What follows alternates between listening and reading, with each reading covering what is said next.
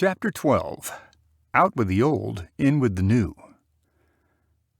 I once read an article from an Ivy League university titled, "Why is my boss so wildly incompetent?" The long drive in gave me some real time for self-reflection. I had a clueless manager that lacked any kind of rapport or basic understanding of my job.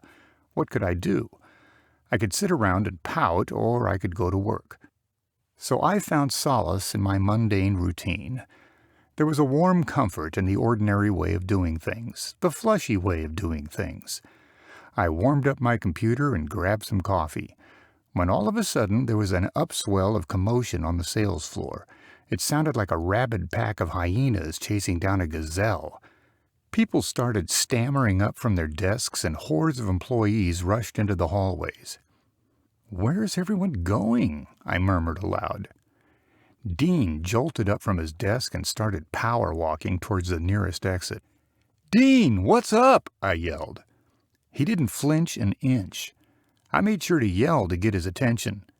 "Yo, Dean, what up, man?"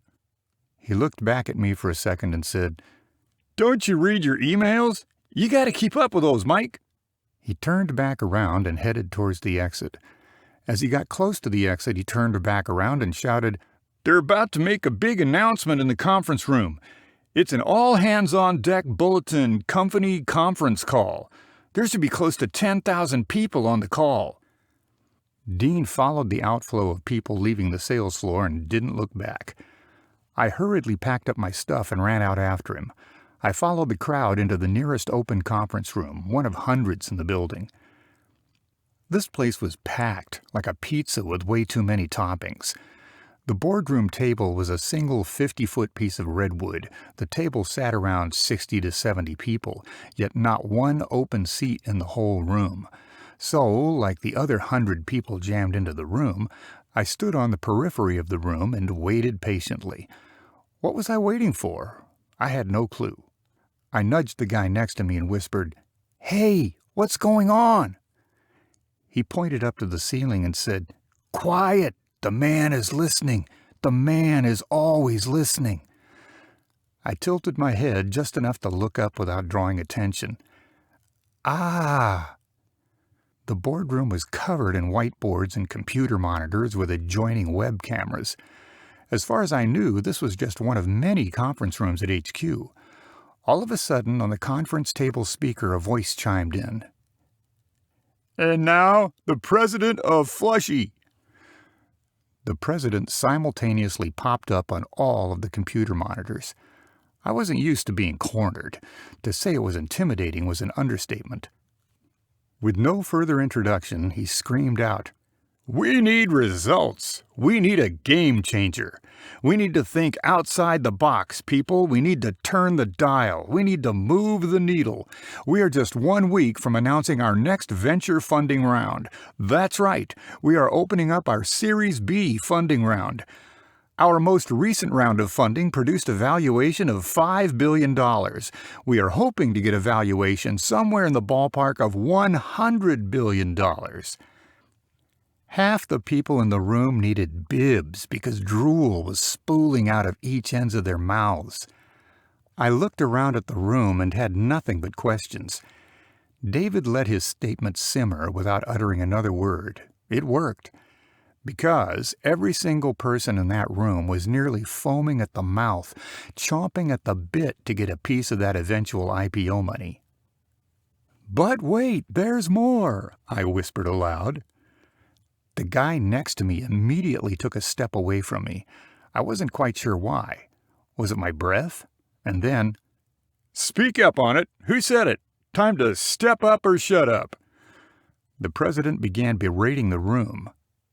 I nearly soiled myself. I sheepishly raised my hand up in the air. The president pointed at me and said, "You, give us an idea." My body instantly went limp. To stall for time, I pointed at myself and looked around. As I looked around, people began to step back from me. "Oh yeah, you. First of all, who are you?" "I'm Mike Allen. I'm the new guy."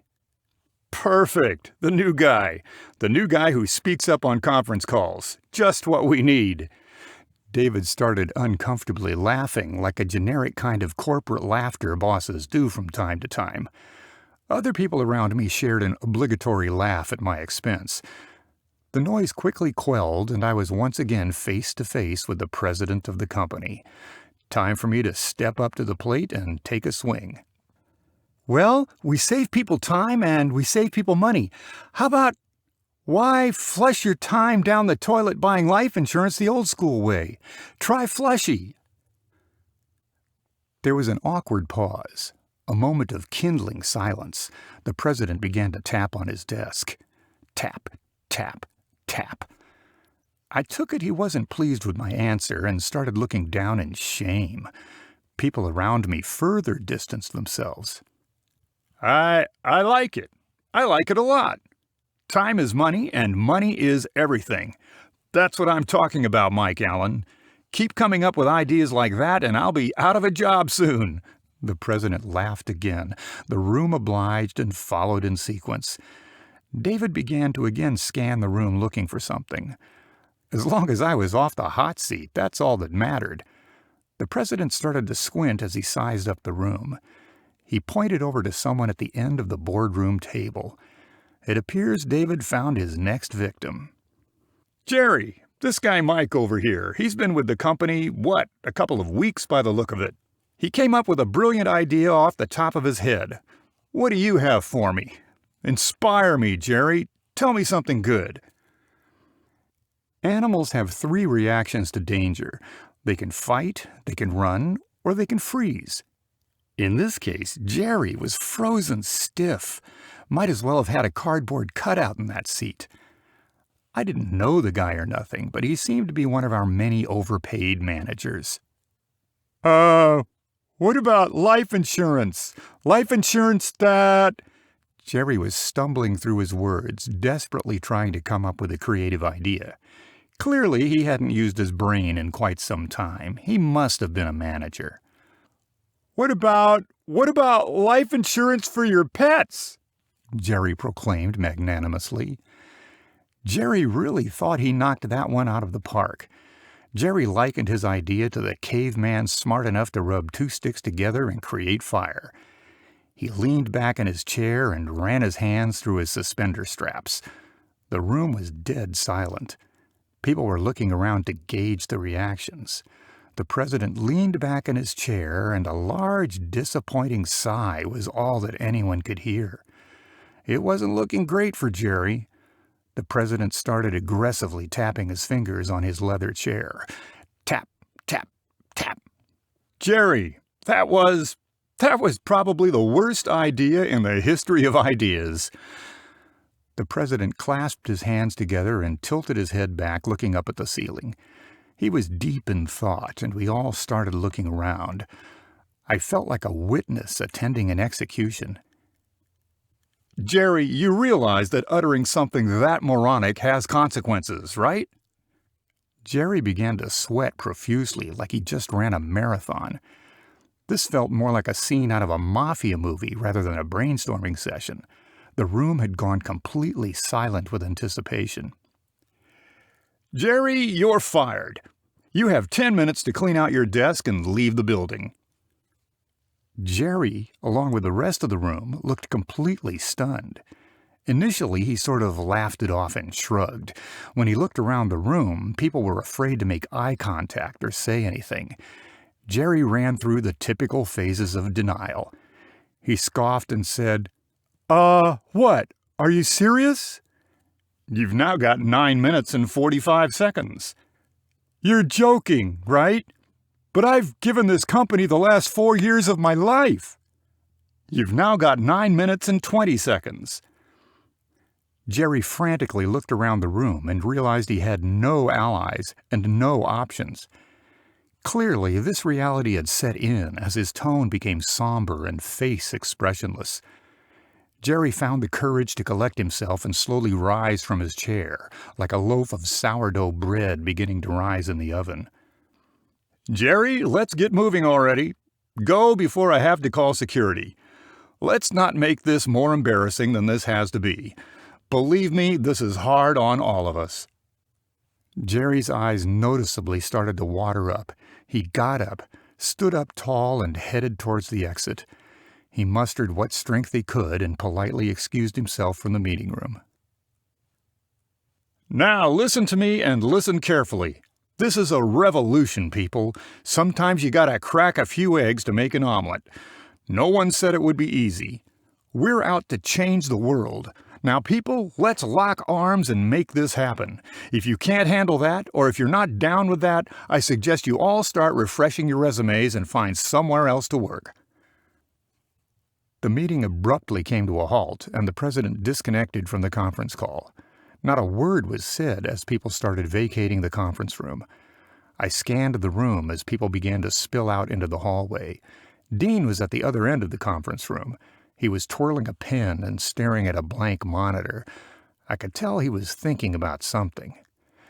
After a conference call like that, who wouldn't have a few questions? He got up and started walking over towards me. Walk with me, Mike. Walk and talk. Come on, I think we're headed in the same direction anyway. Sure thing, I hope so. Dean patted me on the back, and we set out on our journey back to the sales floor. Dean could tell I wasn't my usual self. Tempers had flared, and my anxiety was spiraling out of control. I guess it was written all over my face. "What's on your mind?" he asked quietly. "What's on my mind? Are you for real? What the heck was that all about? Firing people on a company-wide conference call? Who does that?" Yeah. That was all a bit unorthodox. It's kind of just the way we do things around here. Believe it or not, Flushy was ranked the #1 most desirable place to work for the last 3 years in a row. We stopped dead in our tracks. I took it that Dean was waiting for the hallway to empty out. As the commotion died down, Dean began to comfort me. #1 place to work in the world. Not in Los Angeles, Mike. In the entire world. Yeah, that was mentioned during the interview process. We picked up the pace again, this time with a little more vigor. I'm not sure if that had anything to do with the subject of the conversation or the meeting. The thing is, Mike, let me ask you something. Have you ever worked at a startup company before? No, I can't say that I have. This is only like my second real job out of college. Figures. Here's the thing, Mike. If you want to work at a startup, you have to align yourself with the company culture. It's an agile work environment. You have to learn to lift and shift. Things happen quickly, and you might have to pivot on a dime. You have to be able to adapt and overcome. If you can't do that, go work somewhere else. I think I'm starting to understand that now. I guess that's what I signed up for. I could accept that reality or move on. This wasn't like my old job. I mean, it was insurance, but it wasn't really insurance. Ultimately, this was my dream job. If I screwed this up, I screwed up the opportunity of a lifetime. People would give an arm and a leg to be in my position. You good, Mike? Or... Uh-huh. Well, I did have one more question. What's the whole Series B thing about? Man, you really are that new. Wow, I really envy you, Mike Allen. It's the way startup companies raise capital without going to a bank or making an initial public offering. Basically, you just go through different series or rounds of funding.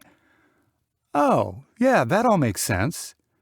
The last time Flushy did the company valuation, the street put the estimate around $2.5 billion. But we exceeded those expectations by like 1,000 basis points or something crazy like that. Street? Like, as in Wall Street? Now you're getting it. I don't care what anybody else says about you, Mike. You're all right by me. We rounded the final turn that led to the sales floor entrance and rooted in place for a while as we shot the breeze. See, the thing is, Mike, none of that matters. Do you remember back in the day when you had your first job? Not the job before this one, but your first actual job? I do. I worked a paper route, believe it or not. Well, let me ask you something. Did you ask about what the editor wanted to put in the paper? No, I was a kid. All I cared about was doing my route. What was the job? What did they pay you? I was to deliver papers. If you want to succeed here, if you don't want to end up like Jerry, if you want to climb the corporate ladder, if you want to cruise like me, whatever you want to do here, put your head down and do the work. The company isn't paying you to ask questions. The company isn't paying you to think. They pay you to execute. They pay you to sell policies. They pay you to deliver papers. Was that some twisted version of a motivational speech? Listen or don't listen, it's up to you. I've seen a lot of people come through those doors, and just about as many go right out. Word for the wise, don't listen to me or do.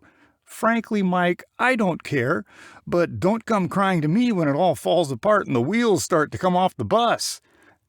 Uh-huh. Do you know the worst part about being right all the time? No clue. I'd imagine it's rather repetitive. The realization that you're smarter than everybody else?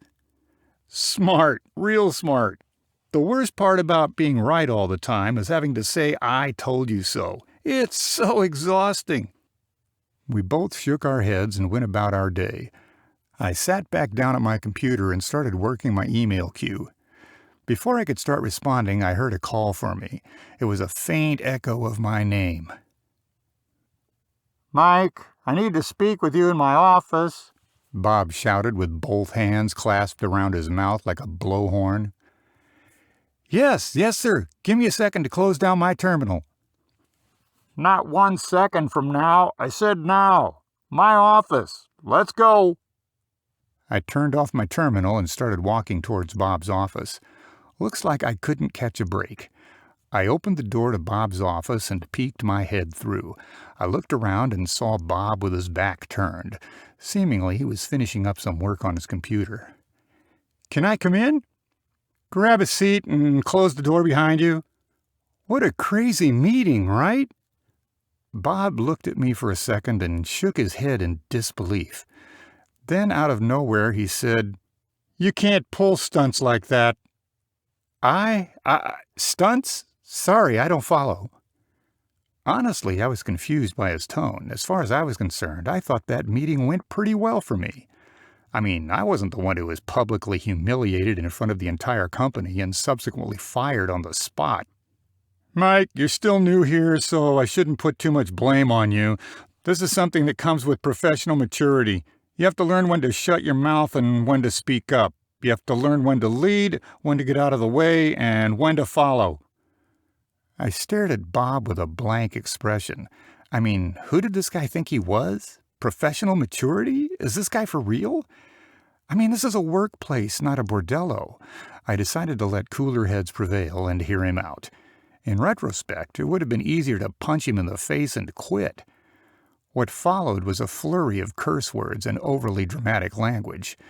Bob was highly expressive with his hands, waving them around like a 19th century dictator. I tried my best to block it all out. I tuned back into Bob about a minute later, still wording through his seemingly endless, vengeful diatribe. "Mike, when you speak, you represent not only yourself, but what you say directly reflects my leadership. You made a mockery of that conference call." There we go. He finally got to the point. Apparently, I embarrassed him. I nodded my head in agreement without saying so much as a word. Clearly, I had outshined him, and he took it personally. I guess it was somehow my fault that I was more qualified to do my boss's job than my boss was. It would seem I was entangled in a rather large quagmire. I sat quietly for the next 30 seconds to let the proverbial rage balloon deflate. I knew that if I smiled and shook my head long enough, it would appease Bob into routing his attack. "Mike, are you getting me? Do me a favor and take that smug grin off your face. What's the matter with you? Are you getting me?" I had two choices to play out in my head. On the one hand, I could engage in a back-and-forth argument, or I could just sit there and take it all like a man. I knew making the wrong choice would set the entire tone for our professional working relationship and set a precedent for future situations. I had to reconcile this. I mean, give it some real thought. grapple with the implications of my decision. Bob's face had become noticeably redder as the conversation progressed. It was almost like talking to a big red tomato. His belligerence increased with every passing second. It looked like my silence played a large role in his instability. What's wrong with me? I didn't used to be such a glutton for pain and belittlement. I decided to speak up and ask, "So you're saying I shouldn't speak up when the president of the company calls me out to speak up? How can I ignore the president of the company?" Bob was stunned someone actually had the gall to stand up to him. It was clear by his facial expression this wasn't what he expected me to say. He shouted his reply at the top of his lungs. "I'm saying you should never get called on in the first place." Bob was clearly flustered, and when people are angry, they tend to make bad decisions. So I decided to say the most placating thing I could think of to a supervisor. "Sure thing, boss." I slid back my chair and stood up. I stuck out my hand to shake his hand. He didn't reply in kind, not in the least. "Did I say you could leave?" Bob had his arms folded, his hands thoroughly entrenched into his armpits, and this rather dreadful look on his face. No, you didn't. Can I go back to work? I'd like to make this company some money. Or should I not sell any policies today?" Bob waved me off, and I went back to my desk. I needed to collect myself and reset, so I decided to take some sound advice. I decided to take a break and finally get around to reading that email I missed earlier this morning. The email read, "Well, who would have thought? What can we say? It's been an interesting week within an interesting month within an interesting year. I wanted to take this moment to connect and contribute some of my reflection of my own hopes and dreams.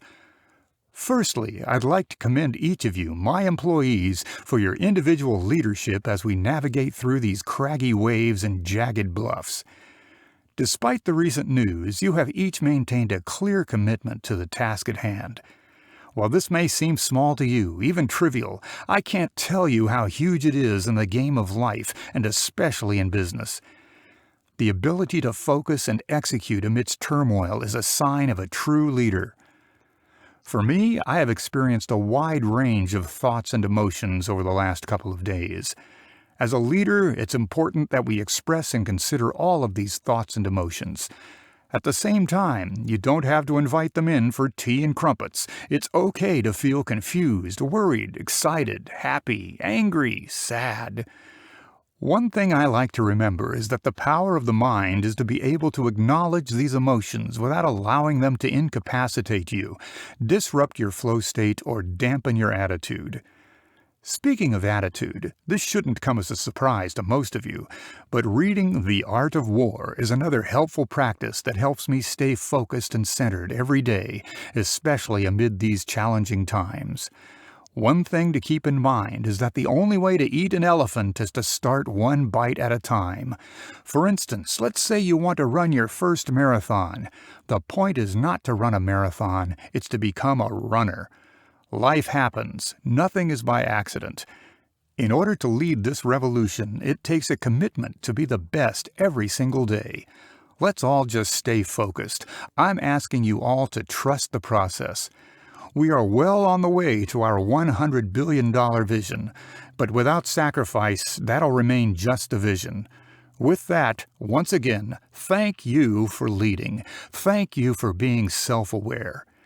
We have a hands-on-deck company conference call in 30 minutes. Please come prepared to discuss how we achieve our $100 billion vision. Failure is not an option. It's a choice. We can either choose to be great or choose to be obsolete. Respectfully, David Berrigan. What else could I say? I guess Dean was right. I should make it a habit to read my emails.